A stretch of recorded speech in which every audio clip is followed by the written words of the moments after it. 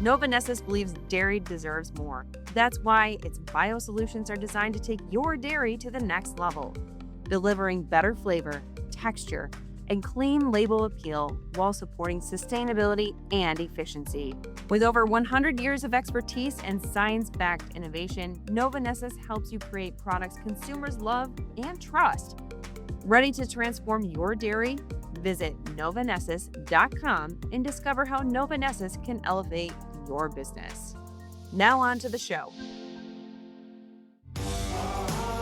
This is the Dairy Download, brought to you by EverAg Insights and the International Dairy Foods Association, where we offer extra sharp market and policy insights on dairy. I'm your host, Phil Plord. And I'm your co-host, Kathleen Wolfley. This week's episode is all about dairy trends. One of our guests focuses on consumer activity, while the other has visibility to what's going on with ingredients. We'll get to that in a minute. But first, Kathleen, where are we now? Well, Phil, I don't know as though we've ever had the opportunity to do this before, but we're sitting here on January 2nd, 2026, and we have CME spot prices as of Wednesday, December 31st, which means not only do we have changes versus prior week, but we also have a fun look at changes versus prior years. So here's the rundown. CME block cheddar, $1.38, 4 cents higher on the week and 54 cents lower on the year. Barrels closed at $1.40 unchanged on the week and down 43 cents on the year. Spot butter finished at $1.40, down a quarter cent on the week and $1.15 from December 31st, 2024. And the spot non-fat dairy milk market finished the year at $1.17.5, a half cent drop from the week before and down 20 cents from 2024. You know, as part of my work on our Key Indicators publication, we track a lot of different markets. And on December 31st, I published a little table and graph that showed, sorted by winners and losers, you know, the markets that made the biggest up and down movements of the year. And butter, so there's 2, 4, 6, there's 25 or so on this list. And butter ranked next to last in terms of performance for the year. It was down 45%. So, you know, $1.15, I think you said, to 45%. Only cocoa was worse, down 48% in 2025. But barrel and block cheddar didn't really have great showings either. The block cheddar at 28% was the fourth worst showing. So if you look at the bottom of this list, reading from the bottom up, cocoa, butter, rice, block cheddar. Kind of a rough year in the dairy space. Exactly. You can make some cheaper risotto and some cheaper milk chocolate than you did at the end of 2024. I love a good risotto. Though I don't know, so you're using block cheddar and barrel cheddar to make risotto, but you never know. Look, we'll shave a little parm. You use butter and a little oil, and it'll, you know, shave a little parm in there. Really makes it exceptional. Yeah. All right, Phil.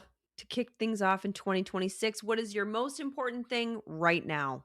I wonder if, as the year begins with a block cheddar cheese price of $1.38.5, are we cheap enough to be buying back some exports? Yeah, the damage done at the year end at the hands of lower European prices, the prospects of U.S. cheese having to fight a little more to find a home overseas. Here we are, sub 140. Price in Europe is about $1.55, $1.60 for mozzarella. I don't know. I mean, we should be in the ball game, but are we really late to the party? Probably for Q1. And really, do we have to be even a little cheaper to attract interest for Q2?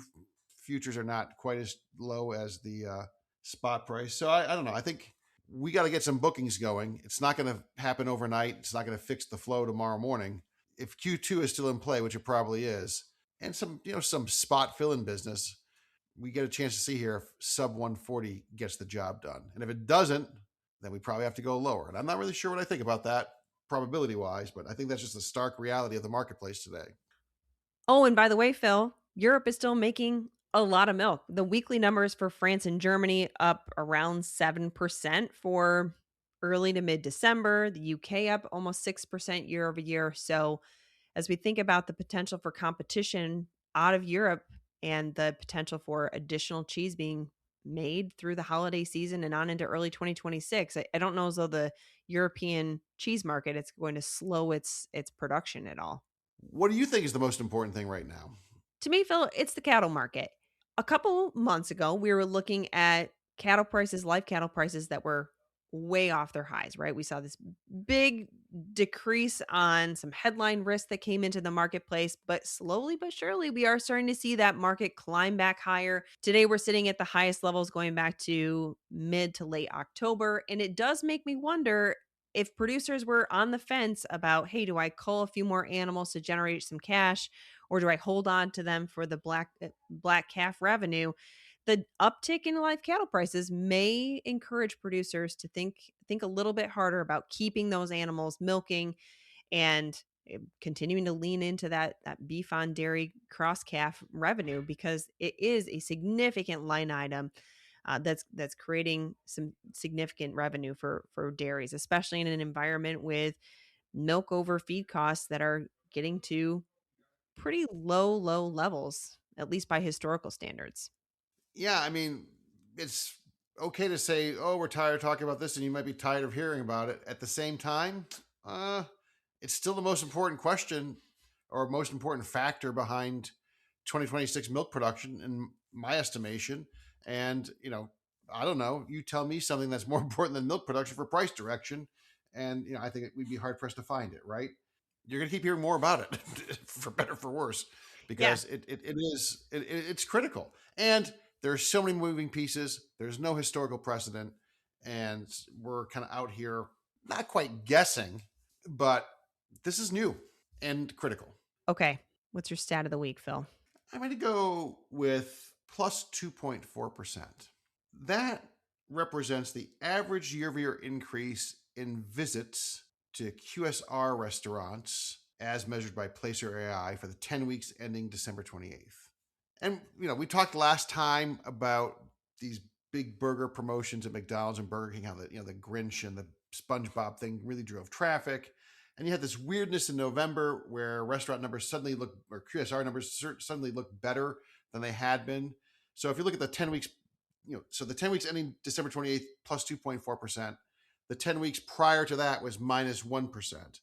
And so, maybe it's just the noise, right? Maybe it's just the SNAP thing in November that made things weird. Maybe it's these super promotions that happened in the early December that's skewed things in a favorable way. But if the plus 2.4% is closer to the forward going reality than the minus 1% that we saw previous, well, then I think we're talking about a better demand environment than we've seen. I'm not going to make the call because, again, there are moving pieces. You look at the QSR numbers, they were super high when the SpongeBob and Grinch thing hit. They came down for 3 weeks. They were back up for the last week of the year, but was that about timing? Who knows? So I think the jury is still out. But one of the critical components of soft-ish or flat-ish cheese demand in 2025 was so-so performance in the food service space, particularly QSR. I don't know. If it gets better, I think the demand landscape gets better for cheese and perhaps other products. So my stat of the week, plus 2.4%, 10-week average QSR traffic gains as measured by your friends at Placer AI. My stat of the week, Phil, is negative 20 cents. On a year-over-year basis, unleaded gas prices for the US are down about 20 cents. And as we think about, okay, this potential for a changing demand environment, do people have a little bit more cash in their pockets that they're spending on a Grinch meal or a SpongeBob meal or increased grocery store visits? Is it possible that the lower gas prices do continue to pay some dividends on the consumer demand side? You can think about it from a gas station perspective. If you have $50 to spend at the gas station, you spend less on filling up your tank, you maybe have more money to go spend on a slice of pizza or a protein bar in the gas station. So I think we've talked about this at times over the course of the last year, but I do think that lower gas prices are helpful for consumers. And I was digging in earlier this week on what the big banks and forecasters are saying about crude oil prices for 2026, specifically WTI crude oil prices. And the consensus seems to be around $58 a barrel, which is kind of close to where we are today. And if that's true, gas prices don't get too noisy. That definitely, in my opinion, adds to the positive side of the ledger for consumer spending prospects. Okay, what's your fearless prediction? Kathleen, I'm old enough to remember when the Hunt brothers cornered the silver market. 1979, 1980, silver went from $9 all the way to $49.45. That was the all-time high for silver. It lasted a long time until the end of 2025. 2025 began with silver trading at $29 an ounce. It ended at around $76 an ounce. Silver mania running wild. My fearless prediction is that 2026 will end and silver will be less than $76 per ounce, less than the price that we began the year with. All right. My fearless prediction. I think I talked about butter the last time, but I'm going to stick with butter. So today we're sitting with February butter trading in the futures market 151 for February. I am going to take the under on $1.51 for February butter. CME spot average. We'll see if you're right. We'll see if I'm right. We're excited today to welcome John Crawford to the show. John is Senior Vice President of Client Insights for Dairy at Circana. With nearly 30 years of industry experience, John has been with Circana for more than a decade and is a thought leader on dairy topics related to industry growth and meeting consumer needs. John, welcome to the Dairy Download. Thank you very much for having me. Appreciate being here. Okay, so Kathleen and I are grocery store geeks and we're data geeks. And so Circana brings those things beautifully together with scanner data. At least that's how I see Circana. Why don't you tell us a little bit about the company and what you do there? Sure. So Circana is the merger of IRI and NPD. And IRI started way back in the 70s when UPC codes started and started capturing the sales through grocery stores through the UPC codes. And then we bundle that information and bring that information together, and then sell that back out to our clients and help consult with our clients to get the most out of the data in a consultative way. NPD is an industry leader in their own right and has general merchandise sales data and food service data. So when you bring together our IRI food and beverage tracking and our grocery store tracking and mass merchandisers and whatnot tracking, and you merge that with what NPD brings, which was general merchandise and food service. Now Circana, the culmination of that was Circana, which now can provide a comprehensive view of total food and beverage consumption through retail, at home, through food service, whether that be fast food or fine dining or whatnot. So that's what Circana is. I've been with Circana, IRI. I joined IRI 11 and a half years ago. I spent the first 2 years in the protein space working with some meat clients.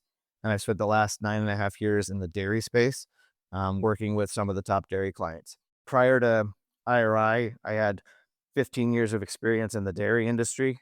So I'm a dairy geek. You're a grocery store geek. I'm a dairy geek. And I handle all of our top dairy accounts along with the Dairy Industry Association. So DMI, MilkPEP, California Milk Advisory Board. And I also led and founded our Dairy Thought Leadership Program, which is kind of industry leading thought leadership that we bring to all of our clients. Let's take a step back and look at some of the macro shopping trends. What are some of the most noteworthy trends that you're watching in food retail? Yeah, I mean, the biggest trend right now is the economy, right? And inflation and how consumers are feeling about their situation. We have seen inflation obviously has been the number one topic for consumers, and it's really been impacting consumers. We've seen food and beverage prices go up 34% since 2020. So since the beginning of 2020, since the pandemic kind of started, grocery prices have increased 34%. Food inflation right now is at about 2 to 3%, but that's on top of last year, the year before that. So that cumulative effect has really been pinching consumers. And wages have not kept up, right? So there's been this gap between wage growth and price growth. At the same time, consumers, because of this, energy costs, all those other costs, have depleted their savings that they had built up during COVID, and are paying a lot more on credit. And credit, credit is higher because interest rates are higher than they were. I know they've come down a little bit more recently, but that's the main. I mean, that's really what is driving consumer behavior, is uncertainty. We're seeing consumer confidence through the University of Michigan in the 55 range, which is the lowest it's been, I mean, like in the 50-year history of them doing this. I mean, it is really, consumer confidence is awful. And when you look at it versus a year ago, when it was like 70%, that's a big drop off, right? Year to year. But when you look at it compared to where it was before the pandemic, when it was in the mid 90s, you're talking a 40-point gap between how consumers were confident before the pandemic to where they are today. So that is really what is driving consumer behavior. And then we can talk about kind of how that plays out in the store. In my own work, I don't know, one of the things I do every week, I call it my bifurcation quote of the week, because, everything we're reading is about, higher income households and consumers are propelling things and keeping things more or less at least afloat-ish, while obviously a big drag on lower and middle income folks. You saw it last week in Walmart's earnings call, and the divergence between Walmart's performance and Target's performance, on and on and on and on. Where does that show up in retail scanner data? Is it is it the growth of private label? Is it product package sizes people are buying? What insights do you have there in terms of the economy and its impact, especially on lower and middle income consumers? Yeah. So bifurcation is a word we've been using quite a bit over the past 2 years, and there's bifurcation of shoppers in multiple facets. So there's bifurcation of shoppers in what they're buying. So yes, private label is, you're seeing consumers that are trading down to private label. We're also seeing consumers that are trading up to premium and super premium products. So there's this kind of this middle of the value products that are really struggling. So premium and super premium products are gaining share. Private label is gaining share. So that's one bifurcation. You're seeing bifurcation of consumers in where they're shopping.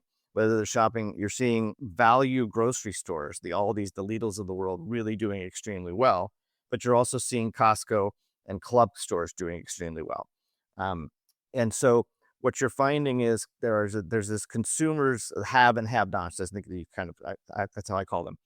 Folks that have disposable income are still buying for value, price per ounce, price per unit, right? So they're still buying in bigger sizes to get the most bang for their buck. Lower income consumers are really looking for that really lower price point. So smaller sizes, they're living, week to week, they're living, month to month. And so they're looking for that smaller sizes. So they're looking at grocery stores more. They're looking a little bit at convenience stores, although the prices are too high at convenience stores, but they're still buying in smaller quantities. And consumers are making more trips. So they are going to more stores more frequently, buying less when they go, and are likely doing that to kind of shop different channels for different items for different prices. So there's this bifurcation kind of across multiple facets, whether that be channels, whether that be products, or whether that be buying for value versus buying for ultimate price point. What we do see with consumers is that lower income consumers have cut back.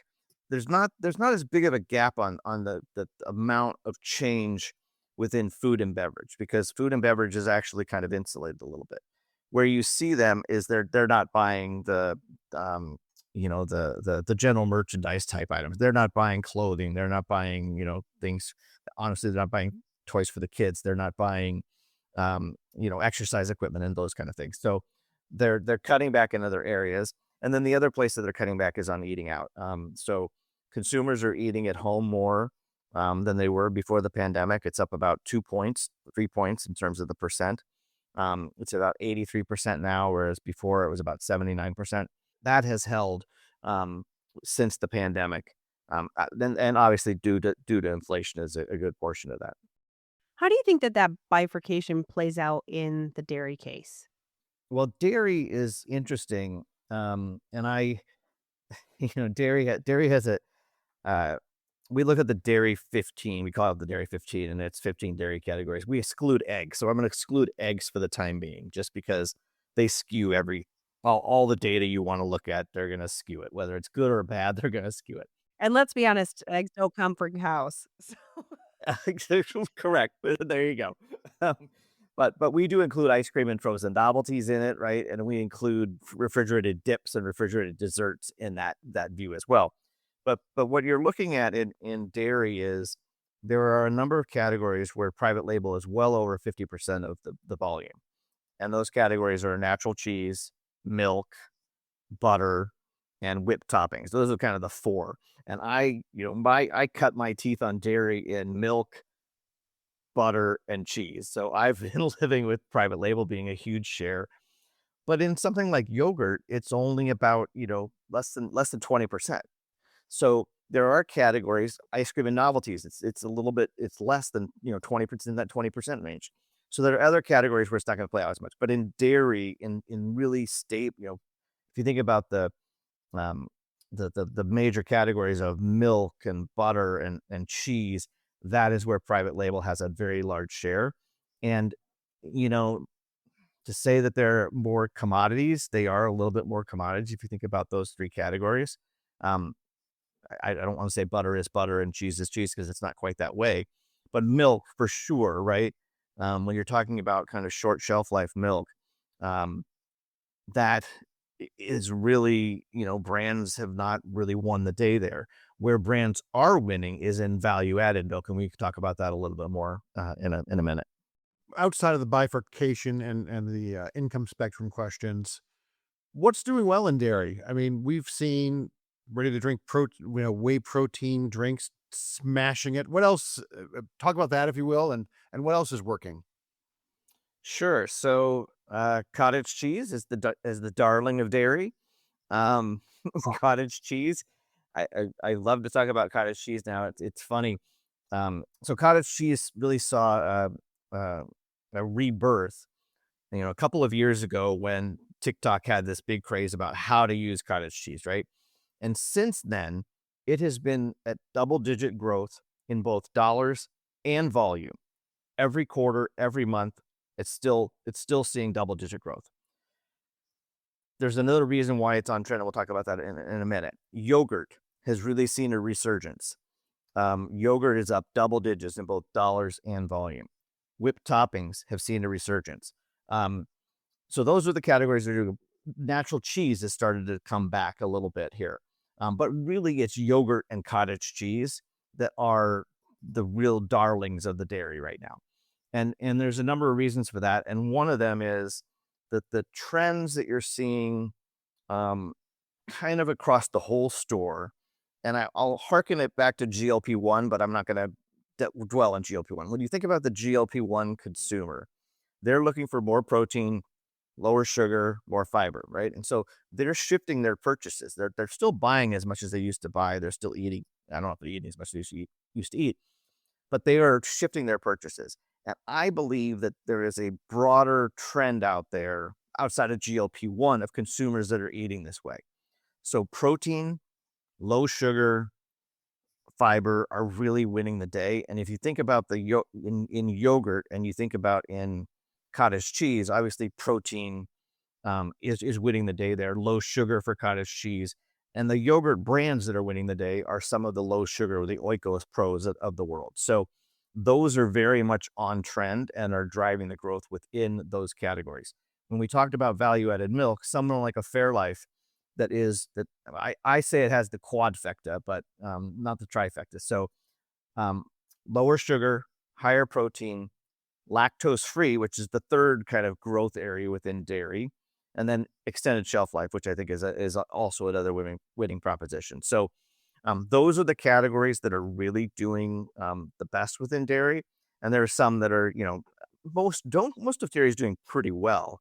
There are some categories that are not doing as well, and I'll talk about two dairy categories: processed cheese and margarine and spreads, which we can debate whether that's dairy, margarine, spreads, or dairy or not. But those categories are really struggling, and consumers have moved away from processed foods. That's another kind of trend that's been going on. they were declining well up before the pandemic as consumers were moving towards more natural foods. Pandemic hit, they both saw a little bit of resurgence during the pandemic, and now they're down again, and have been down double digits for quite some time. One thing that we find interesting in your discussion about processed foods is that if you look at the growth in protein, so dairy proteins and things like, as Phil mentioned, the RTD beverages, the ready to mix powders, the protein bars. Arguably, if you look at protein bars, it's a pretty processed food, but that almost seems to get a pass compared to, say, processed cheese or a product like that. Curious what you see from a consumer perspective as they make those types of choices. Is it just kind of protein is protein, and it doesn't matter if it has a couple little extra ingredients that you might not be able to pronounce? I don't know that protein is just protein, right? I think there's certainly a consumer base that is out there for just protein. But I think there is another consumer base that's out for clean protein. So, and that's where dairy can really win, in my opinion, in the space. You think about a clean label. What has a cleaner label than milk, right? I mean, it's as clean as it gets. And so when you start to talk about protein, I mean, even if you think about some of the, the lower sugar, higher protein yogurts, that's probably got some pretty, a longer list of ingredients in it, whether that be, natural sweeteners or whatnot might be in there. So yes, they are looking for protein. They are looking for lower sugar. They're looking for lactose free. Those are kind of the three trends that I talked about in dairy.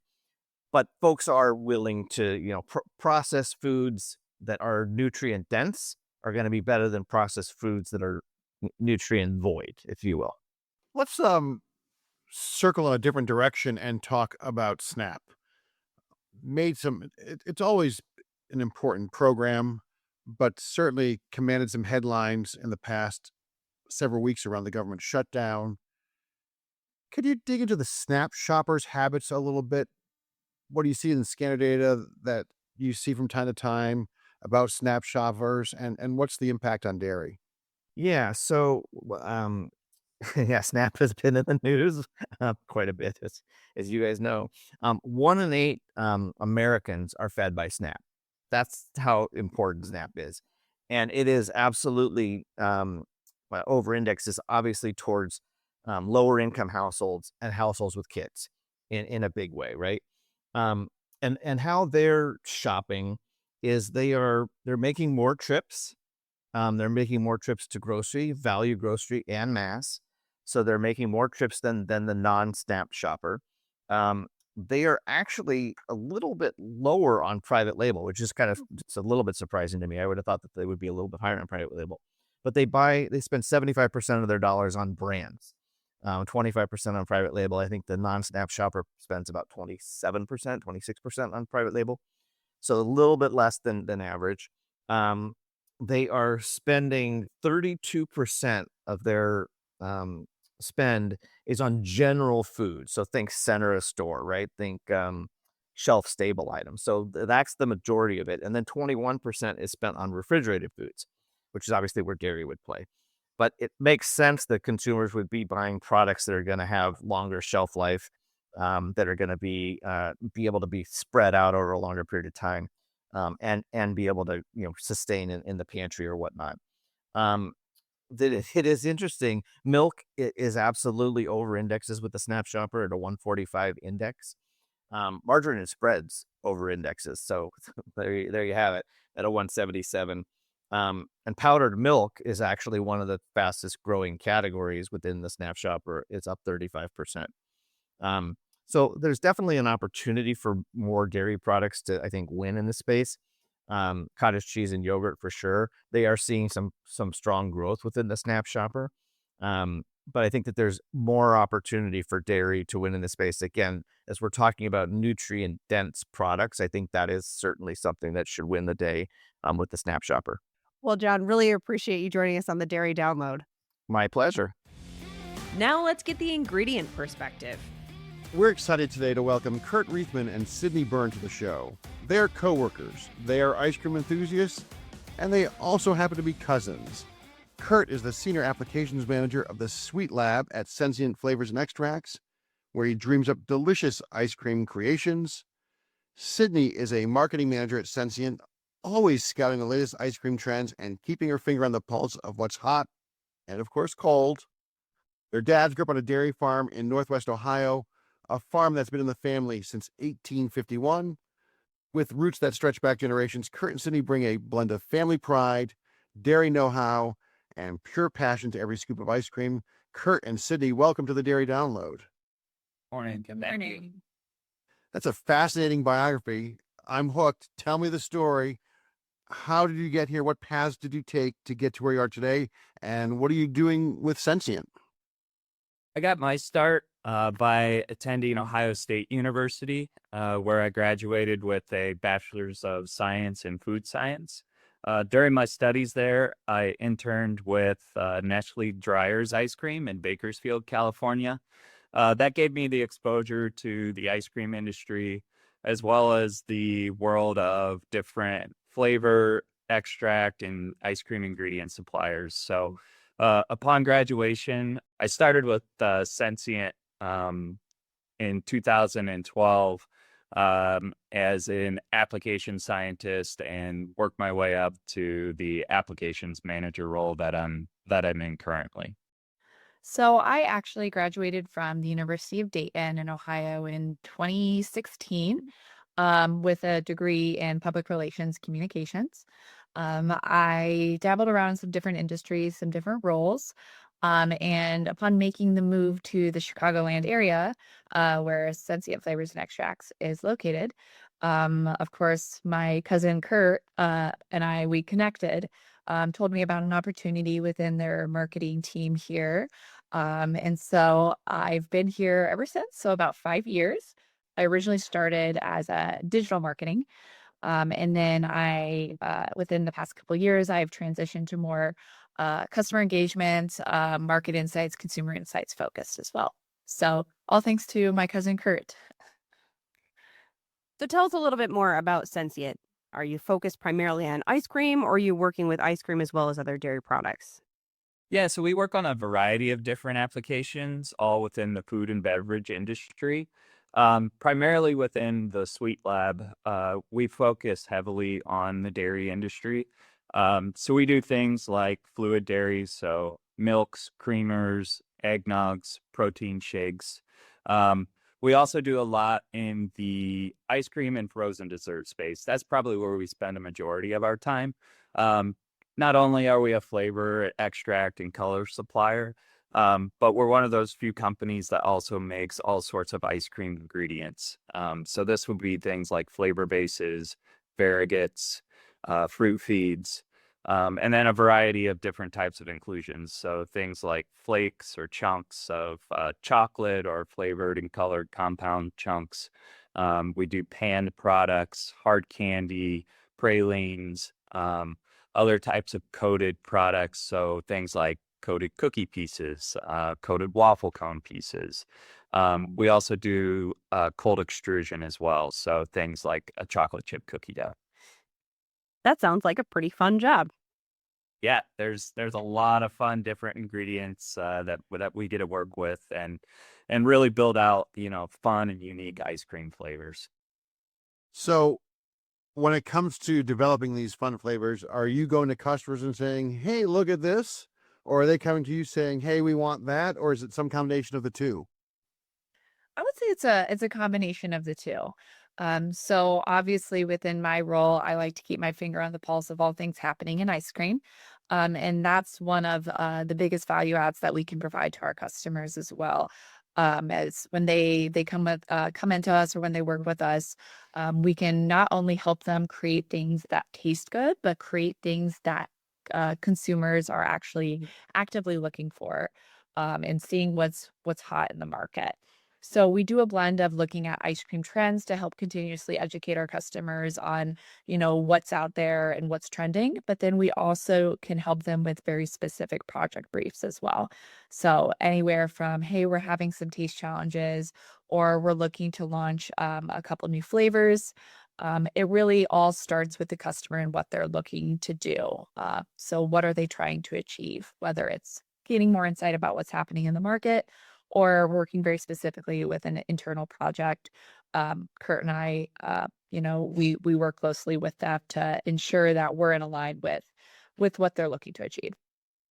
What is hot today in the ice cream world? Oh, okay. So there's lots of different things that are happening. So obviously we know that ice cream is a favorite of dessert of many people. So all things indulgent.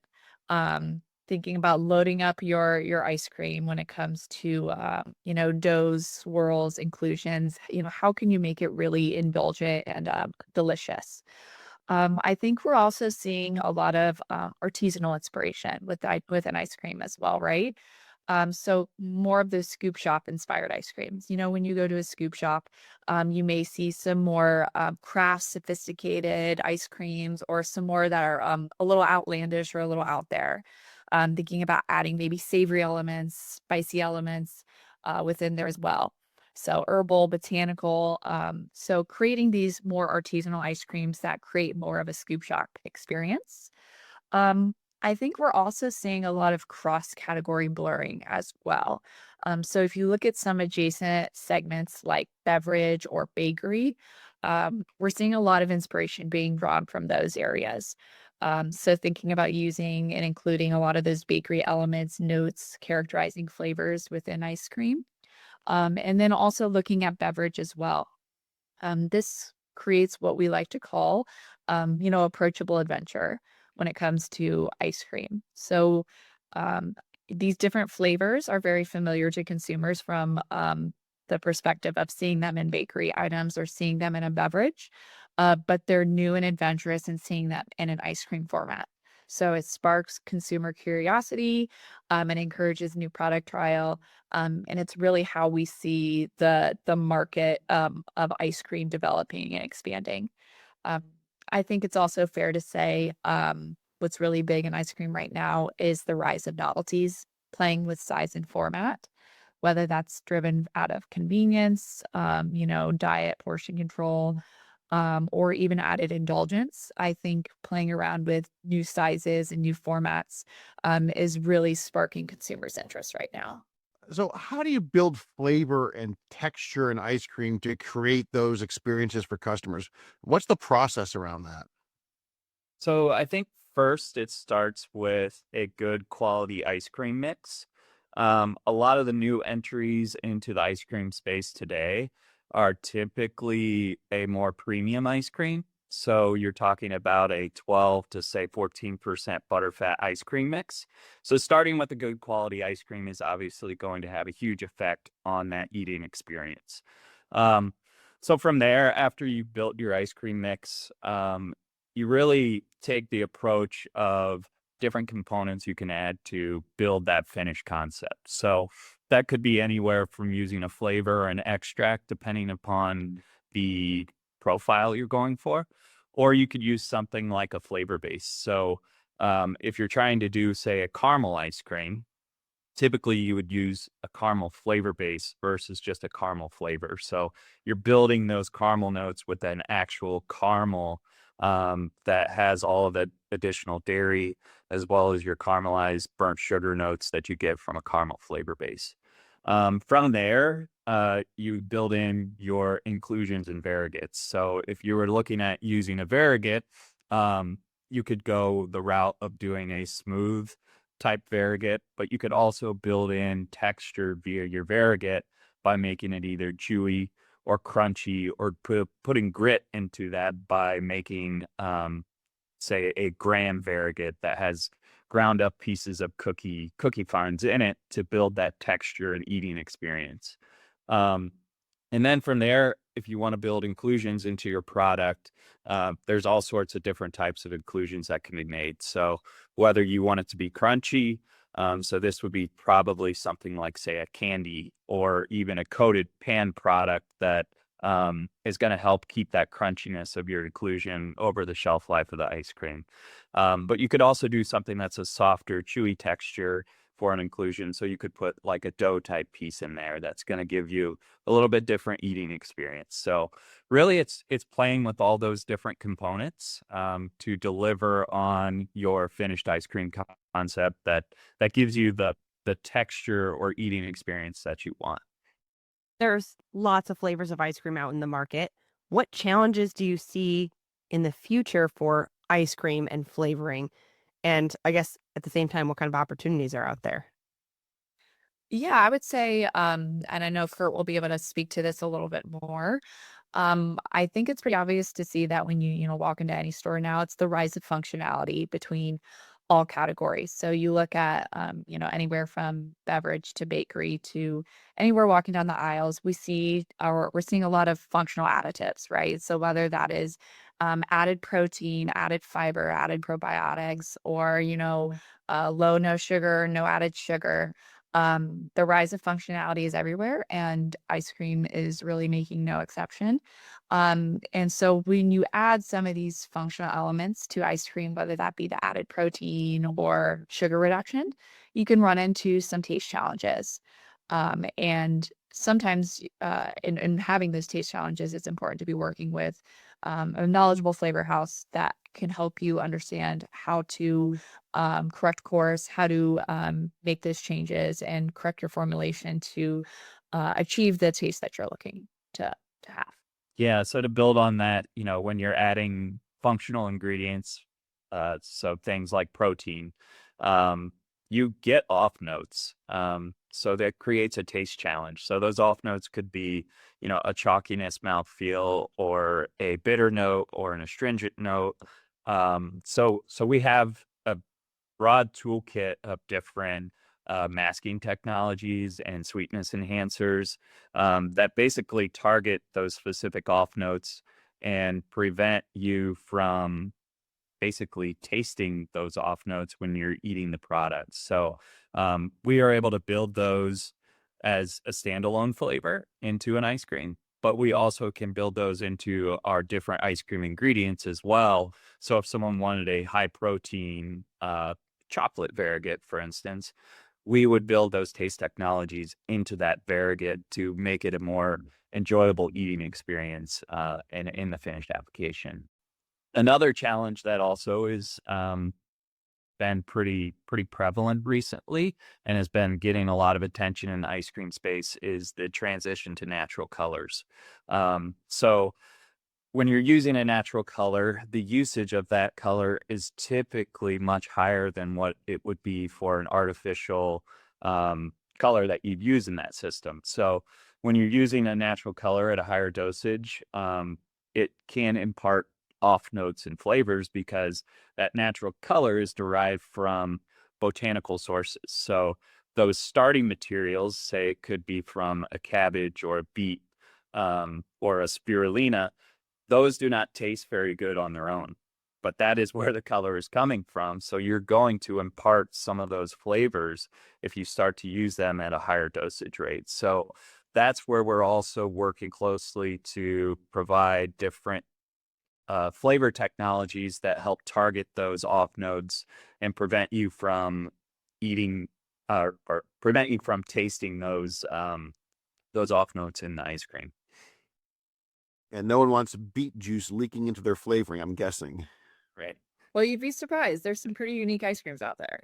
Well, Sydney and Kurt, really appreciate you joining us on the Dairy Download and telling us a little bit more about ice cream flavoring. Yes. Well, thank you for having us. Thank you. That's a wrap for today's show. As always, we want to thank our production team, Matt Herrick, Mariah Minnick, Andrew Jerome, and Jeff Cullen at IDFA, and Abby Bauer over here at Everag. And a special thank you to this episode's sponsor, Novanessus. If you are interested in what Kathleen and I do for our day jobs, check us out at ever.ag. And remember, if you enjoy the show, hit the subscribe button and leave us a positive review on your favorite podcast platform. Thanks for listening to the Dairy Download. Until next time, stay sharp.